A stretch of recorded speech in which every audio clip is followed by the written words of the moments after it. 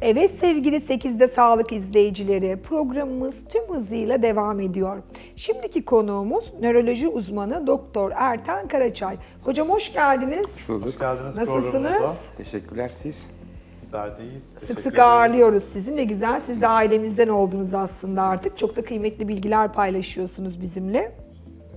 Bugün tabii migrende sinir blokajları üzerine konuşacağız.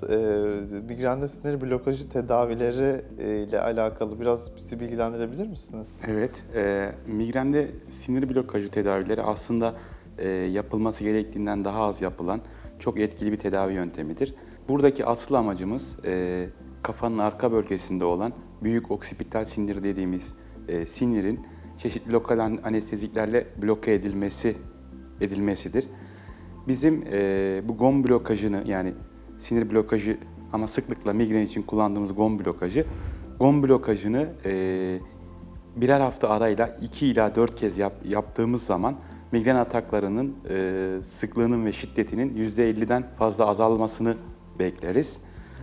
Hocam böyle sinir blokajları falan deyince ben böyle bir korktum yani ağrılı, acılı bir uygulama mıdır peki? Onu çok merak ettim.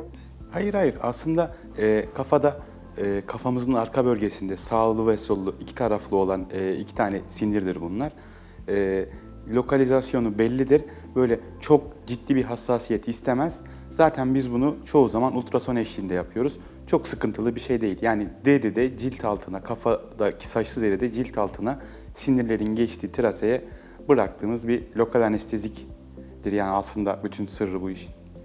Peki hocam şimdi tabii gebelik çok önemli bir dönem. Hep konuşuyoruz birlikte. Sık sık da altını çiziyoruz. Bekir hocamın da alanı zaten ama birkaç arkadaşımda da buna şahit oldum. Özellikle gebelik döneminde ciddi migren atakları olabiliyor.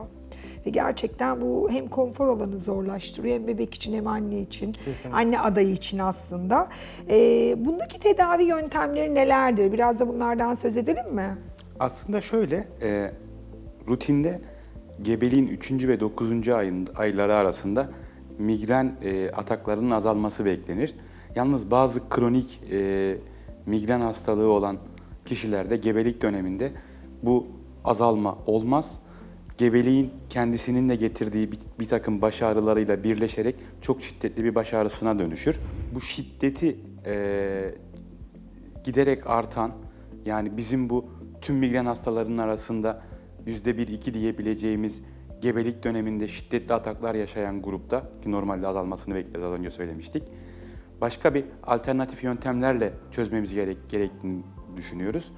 Burada da az önce bahsettiğim GOM blokajı uygun bir yöntem. Yani anneye ve bebeğe bir zararının olduğu gösterilmemiş, sıklıkla, rahatlıkla kullandığımız bir tedavi yöntemi. Dediğim gibi o azalma olmayan grupta ataklar şiddetlenerek devam edebilir ama bunlar istisnadır. Genelde gebelikte azalmasını bekleriz.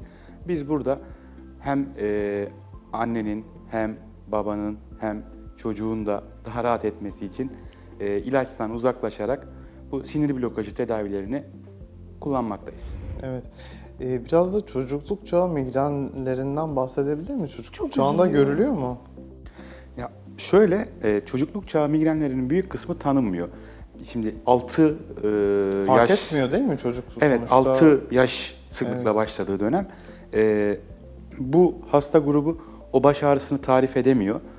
Yalnız çok karşılaşmazsak bile düşündüğümüzün aksine çok fazla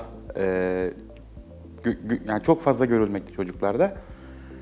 Bizim en önemli bu konuda en önemli dikkat etmemiz gereken durum, gözle ilgili başka bir problem var mı? Çocuklarda çünkü o da sık olabiliyor. Bunu ekarte etmek. Sonra bir beyin görüntülemeyle sekonder baş ağrılarını ekarte ettikten sonra kalan grup büyük oranda baş ağrısı, çocukluk çağı dönemindeki en büyük baş ağrısı grubu migrenli hastalardır. 13-14 yaşlara geldiğinde bildiğimiz gibi migren kadınlarda erkeklere oranla 3 kat fazla görülüyor. Yalnız çocukluk çağında bu oranlar birbirine yakın. Ergenlik dönemine geldikten sonra çocuklardan yani erkeklerin ağrıları azalıp hastalık geriliyor. Kadınlarda ise ağrının, atağın sıklığı ve şiddeti artarak devam ediyor. Kadınlar yine şanssız. Çocuklar da bir yetişkin kadar migren atağında acı ve ağrı hissedebiliyor mu? Şöyle aslında yetişkinlere göre büyük hasta grubunun büyük kısmında bu ağrı sıklığı ve atağı az ama belli bir grupta bu çok şiddetli hissediliyor. Biraz tedavisinde de zorlanılıyor. Çünkü yetişkinde önce denediğimiz profilaktik ilaçlar var. Bir çocuk için sürekli gelişim halinde olan bir çocuk için bunun dozunu ayarlamak, ne kadar zarar vereceğiz, ne kadar zarar vermeyeceğiz, ilaca uyum sağlayabilecek mi? Yani genelde migren tedavisi yetişkinler için tasarlanmış ve hep ona göre planlanmış. Çocukluk çağı migrenlerinde biraz tıkanıyoruz. Şöyle, şimdi çocukluk çağıyla ilgili konuşurken bu uygulamalardan botoks dedim orada kaldı. Çocuklarda onu kullanmıyoruz. Tabii ki mutlaka Onu kullanmamamız hani o bir gerekiyor yanlış hocam. anlaşılma Aynen, olmasın. aynen. Onu kullanmıyoruz yani çocuklarda. Bizim işte genelde 12-13 yaşının üzerindeki hastalarda çeşitli sinirlerde blokajla tedavi edebiliyoruz ama genellikle çocuğa yaklaşımımız daha koruyucu, hayat tarzı değişiklikleri, ağrısını ne tetikliyor bunu tespit etmek. Bununla çözemediğimizi yan etkisinin nispeten az olduğunu düşündüğümüz bazı ilaçlarla tamamlayıp burada da çözemezsek diğer alternatif yöntemlere yaklaşıyoruz. Yani çocukluk çağı migrenine yaklaşım biraz farklılık gösteriyor. Çok tutucu davranıyoruz bu konuda. Peki hocam migren atağı geldi. Yani şu anda bende migren atağı var. Ne yapmalıyım? Önceden hissettiniz mi? Bir kısmı auralı migrenler önceden hissedebilir. Evet, yani bazen ne kadar diyorlar şimdi migrenim başlayacak, birazdan başlayacak, yakın zamanda yani başlayacak. auralı migren dediğimiz Evet, grup auralı da vardır. Onun dışında prodromları da vardır. İlla auralı olmasına Hissederler gerek yok. yani. Hissediliyor. Yani öncelikle o atak geldiyse geçmiş olsun. Profilaksiyi yapmadınız. O atak yaşanacak ve bu atağın şiddetini azaltmamız gerekiyor. Yani asıl migren tedavisindeki amaç bu atakların hiç yaşanmaması. Geldi o atak. Bir kere ya herkesin bir ağrı kesicisi vardır basit. Onunla o hissi aldığınız zaman onu alarak başlarsınız. Burada o ağrı kesicinin etki etmesini beklersiniz. Eğer kronik ve çok şiddetli atakları olan birisiyseniz kuvvetle muhtemel 4 ataktan 3 ataktan birisi bizim nonsteroid antiinflamatuarlarla geçmeyecektir. Bir kez sesten, ışıktan uzaklaşmalıyız. Daha sakin, karanlık, gürültünün olmadığı bir odaya geçmeliyiz. Sonra dediğimiz aşamaları tek tek denemeliyiz. Ama bazen öyle şiddetli ataklar oluyor ki yani tüm atakların %2-3 kadarı da maalesef ki acil servislerde yapılan ekstra tedavilerle çözülüyor. Önemli olan bu atağı hiç yaşamamak. Yani prensip az atak olmaması. Evet. Peki alternatif tedaviler var mı migren için? Uyguladığınız kendi kliniğinizde. Migren için yani zaten bu guideline'larda geçen botoks ve gon blokajını uyguluyoruz. Bunun dışında akupunkturu uygulayabiliyoruz. Kraniosakral terapi uygulayabiliyoruz. Ozon tedavisi, kupa bunları destekleyici tedavi olarak uygulayabiliyoruz. Yani bizde 9 kadar alternatif yöntemi uyguluyoruz. Biraz da hani migren tam odur. Hastalık yoktur, hasta vardır grubudur. Evet.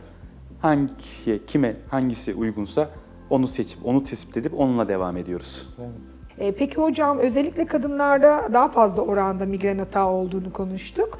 Kadınlara ve erkeklere yapılan tedavi protokolleri aynı mıdır? Yani şöyle, aslında biz tedavi protokollerini seçerken kadın ve erkek diye ayırarak yaklaşmıyoruz. Yani her bir hastayı, yani kendi kliniğimizde, kendi baş ağrısı kliniğimizde her bir hastayı ayrı değerlendiriyoruz. Ama ister istemez farklılıklar oluyor. Kadınlarda görülen migrenin %10 kadarı menstrüel migren oluyor. O zaman o dönemi kapsayacak özel tedaviler geliştirebiliyoruz. Ama biz yani kadınla erkek çok kadın erkek özelinde bir ayrım yapmadan tedavi ediyoruz ama kadınlarda farklı yaklaştığımız noktalar var. Yani şöyle bir durum var. Oransal olarak baktığımızda kadın erkek oranı daha yüksek. Yani 3'e 1'lere Evet. yakın ama bir migren hastası erkek her zaman tedavisi daha zor, efektif tedaviyi bulması daha zor grup. Yani onların tedavisinde, yani erkeklerin tedavisinde bir miktar daha zorlanıyoruz kadınların tedavisine göre. Erkekler biraz daha dirençli mi acaba? Gene sıklıkla Tedaviye. dirençli grup oluyor ama yani tedavisinde ya burada herhalde ilk defa kadınlar avantajlı tedavi kısmında. Erkeklerin tedavisi Şükür birazcık ilk daha zor defa oluyor. kadınların da avantajlı olduğu bir Migrenin alan içinde bulduk de olsa efendim. bir alan var. Evet. Şükürler olsun ki hocam verdiğiniz çok kıymetli bilgilerdi. Çok çok teşekkür ediyoruz Çok size. teşekkür ediyoruz. İyi ki Ayaklarınıza geldiniz. sağlık. Ayaklarınıza, Teşekkür yüreğinize sağlık. Evet efendim, 8'de sağlığın bugünkü konuğu nöroloji uzmanı Doktor Ertan Karaçay'dı. Bugün bize yine migrende sinir blokajı tedavilerinden, gebelikte migren tedavisinden ve çocukluk çağında migren nedir ve tedavi yöntemleri nelerdir bunlardan bahsetti. Verdiği çok değerli bilgiler için kendisine çok teşekkür ediyoruz. 8'de sağlık tüm hızıyla devam ediyor efendim.